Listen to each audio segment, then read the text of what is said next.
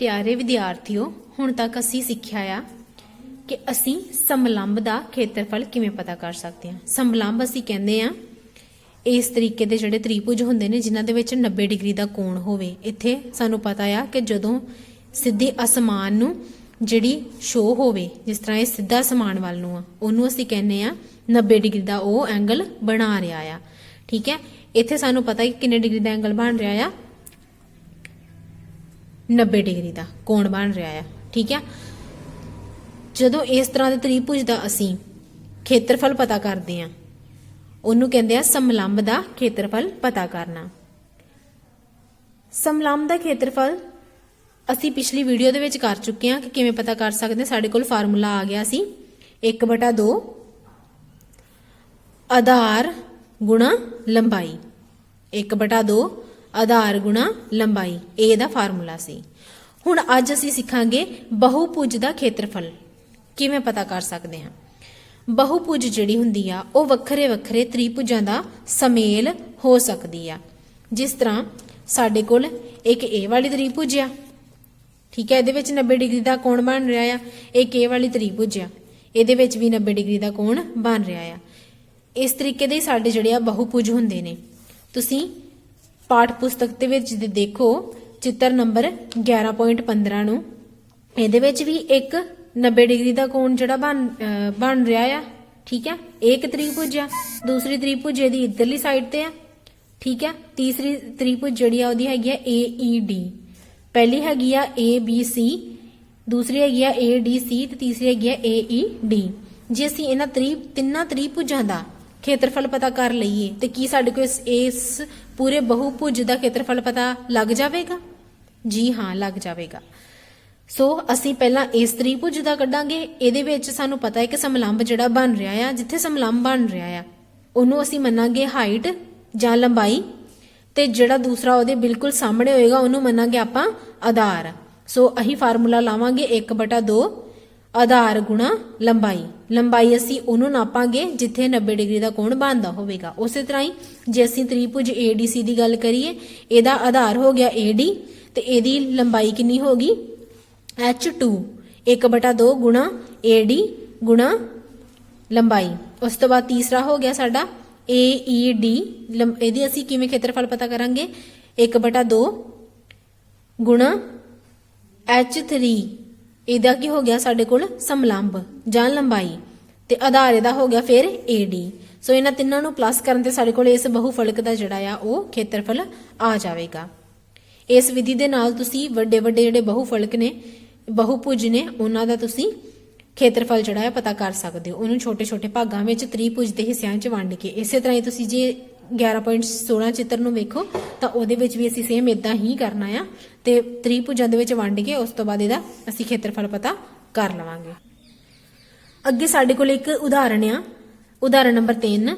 समलंब दे आकार एक खेत दा खेत्रफल आ जिहदा खेत्रफल टोटल हैगा आ 480 मीटर दी स्क्वायर। दो समांतर चतुर्भुजावां दे विच दी दूरी 15 मीटर है अते उस विच एक समांतर भुजा दी लंबाई 20 मीटर है। दूसरी समांतर भुजा दी लंबाई पता करो। हाँ जी, हुण सानू पता आ कि इस तरीके का कोई समलंब होवेगा। ठीक है, उस समलंब दी उन्होंने दस्सिया होया आ कि समलंब दी लंबाई ए जिहड़ी आ उहनूं 20 मान लो। एक समांतर भुजा जिहड़ी आ ओहदी लंबाई हैगी आ 20 मीटर। इहदे विच दो समांतर भुजावां ने, ए वालियां, एदी एक दी लंबाई हैगी आ 20 मीटर ते इहनूं असीं कह देवांगे ए दे नाल असीं इहनूं डिनोट कर दित्ता। ठीक है, दूसरी मान लो समांतर भुजा जिहड़ी हैगी आ ओहदी लंबाई हैगी आ B, जिहड़ी असीं पता करनी आ इत्थों लैके इत्थों तक। ये भी एक समांतर भुजा है ना, ए ते ए दोनों समांतर ने, एक दूजे दे सामने ने बिल्कुल। ठीक है, समांतर भुजा होने करके ए जे ए भी है तो ए भी 20 होगी, पर दूसरी जिहड़ी समांतर भुजा हैगी उहनूं मान लेना आपां इत्थों तक किन्नी मान लवांगे B दी लंबाई जिहड़ी आ ओह असीं इहदे विच पता करनी आ। उन्हां ने सानूं दोवां दे विच दी दूरी दस्सी होई आ। इन्हां दोवां भुजावां दे विच दी दूरी किन्नी आ 15 मीटर। H नूं असीं मान लवांगे 15 मीटर। सानूं इस पूरे समलंब दा खेत्रफल दित्ता होया है किन्ना हैगा आ 480 मीटर दी स्क्वायर।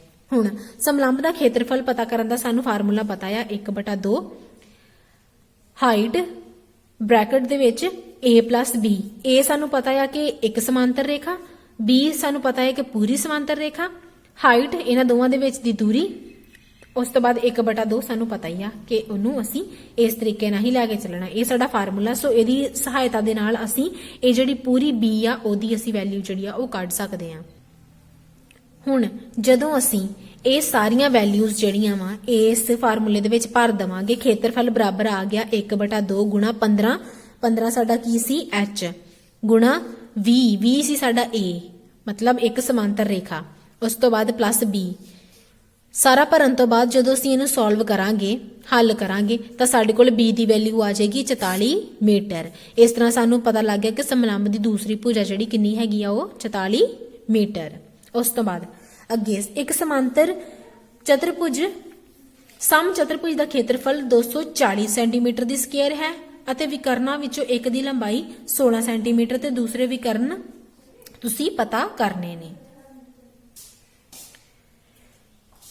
ਸਾਡੇ ਕੋਲ ਇਸ ਤਰੀਕੇ ਦਾ ਇੱਕ ਸਮ ਚਤੁਰਭੁਜ ਆ, ਇਸ ਪੂਰੇ ਦਾ ਖੇਤਰਫਲ ਹੈਗਾ ਆ 240 ਸੈਂਟੀਮੀਟਰ ਦੀ ਸਕੁਅਰ। ਇਹਦੇ ਵਿਕਰਨ ਅਸੀਂ ਪਤਾ ਕਰਨੇ ਨੇ। ਇੱਕ ਵਿਕਰਨ ਸਾਨੂੰ ਜਿਹੜਾ ਦਿੱਤਾ ਹੋਇਆ ਆ 16 ਸੈਂਟੀਮੀਟਰ ਤੇ ਦੂਸਰਾ ਵਿਕਰਨ ਜਿਹੜਾ ਆ ਉਹ ਅਸੀਂ ਪਤਾ ਕਰਨਾ ਆ। ਅਸੀਂ ਕੀ ਕਰਾਂਗੇ ਕਿ ਦੂਸਰੇ ਵਿਕਰਨ ਦੀ ਲੰਬਾਈ ਜਿਹੜੀ ਆ ਉਹਨੂੰ ਅਸੀਂ d2 ਲੈ ਲਾਵਾਂਗੇ, ਪਹਿਲਾ ਜਿਹੜਾ ਹੈ ਉਹਨੂੰ d1 ਲੈ ਲਵਾਂਗੇ। ਸਮ ਚਤੁਰਭੁਜ ਦਾ ਖੇਤਰਫਲ ਸਾਨੂੰ ਪਤਾ ਆ 1/2 d1 ਗੁਣਾ d2। ਸਾਨੂੰ ਟੋਟਲ ਜਿਹੜਾ ਆ ਉਹਨਾਂ ਨੇ ਦਿੱਤਾ ਹੋਇਆ ਖੇਤਰਫਲ ਕਿੰਨਾ ਹੈਗਾ 240 ਸੈਂਟੀਮੀਟਰ। 240 ਸੈਂਟੀਮੀਟਰ ਦੀ ਸਕੁਅਰ ਦੇ ਅੱਗੇ ਅਸੀਂ 1/2 d1 ਤੇ d2 ਲਿਖ ਦੇਵਾਂਗੇ। 1/2 ਦਾ 1/2 ਆ ਗਿਆ। d1 ਦੀ ਵੈਲਿਊ ਸਾਨੂੰ ਦਿੱਤੀ ਹੋਈ ਹੈ ਉਹਨਾਂ ਨੇ 16 ਸੈਂਟੀਮੀਟਰ, ਅਸੀਂ 16 ਸੈਂਟੀਮੀਟਰ ਲਿਖ ਦੇਵਾਂਗੇ। d2 ਸਾਨੂੰ ਨਹੀਂ ਪਤਾ, ਅਸੀਂ d2 ਹੀ ਰਹਿਣ ਦੇਵਾਂਗੇ। ਉਸ ਤੋਂ ਬਾਅਦ 240 ਸਾਨੂੰ ਪਤਾ ਹੈ ਕਿ ਖੇਤਰਫਲ ਹੈ ਇਹਦਾ, ਅਸੀਂ ਅੱਗੇ 240 ਹੀ ਲਿਖ ਦੇਵਾਂਗੇ। ਉਸ ਤੋਂ ਬਾਅਦ ਜਦੋਂ ਅਸੀਂ ਇਹਨੂੰ ਸੋਲਵ ਕਰਾਂਗੇ ਤਾਂ ਸਾਡੇ ਕੋਲ d2 ਦੀ ਵੈਲਿਊ ਆ ਜਾਏਗੀ, ਕਿੰਨੀ ਆਏਗੀ 30 ਸੈਂਟੀਮੀਟਰ। ਇਸ d2 ਦੀ ਲੰਬਾਈ ਮਤਲਬ ਕਿ ਜਿਹੜਾ ਦੂਸਰਾ ਵਿਕਰਨ ਆ ਉਹਦੀ ਲੰਬਾਈ ਇੱਥੋਂ ਲੈ ਕੇ ਇੱਥੋਂ ਤੱਕ। ਹਾਂਜੀ, ਅੱਜ ਅਸੀਂ ਇਹੀ ਦੋ ਜਿਹੜੀਆਂ ਵਾ ਉਦਾਹਰਨਾਂ ਜਿਹੜਾ ਇਹਨਾਂ ਨੂੰ ਹੱਲ ਕਰਾਂਗੇ। ਹੁਣ ਤੁਸੀਂ ਇਹਦੇ ਨਾਲ ਰਿਲੇਟਡ ਜਿੰਨੇ ਵੀ ਕੁਐਸਚਨ ਜਿਹੜੇ ਆ 11.2 ਐਕਸਰਸਾਈਜ਼ ਦੇ ਵਿੱਚ ਜਿਹੜੇ ਤੁਹਾਨੂੰ ਇਹਦੇ ਨਾਲ ਰਿਲੇਟਡ ਕੁਐਸਚਨ ਲੱਭਣਗੇ ਉਹ ਤੁਸੀਂ ਸੋਲਵ ਕਰਕੇ ਅੱਜ ਤੁਸੀਂ ਇਹਨਾਂ ਦੀਆਂ ਫੋਟੋਆਂ ਖਿੱਚ ਕੇ ਮੇਰੇ ਨਾਲ ਸਾਂਝੀਆਂ ਕਰਨੀਆਂ ਨੇ। ਧੰਨਵਾਦ।